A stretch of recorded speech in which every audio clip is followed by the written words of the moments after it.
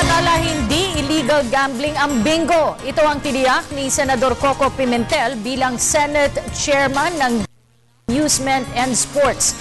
Ayon kay Pimentel, kung ito ay income-generating at organized game, kailangan kumuha ng kumpanya ng lisensya sa PAGCOR. Dagdag pa ni Pimentel, kung ito ay simpleng parlor game katulad ng bingo at kung hindi sagabal sa iba, ay hindi ito kinokonsiderang kasama sa illegal gambling ayon sa batas. General rule actually, bingo needs license from PAGCOR, but that is organized bingo. Bingo as a business for profit.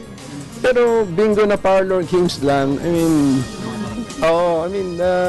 that's already I think that does not need a PAGCOR license. So it's a game. It's not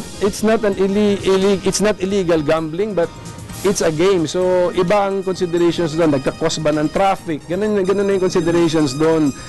Well, we give out licenses, no, for bingo operators. And these are the ones that you see in the malls, yung live bingo and electronic bingo.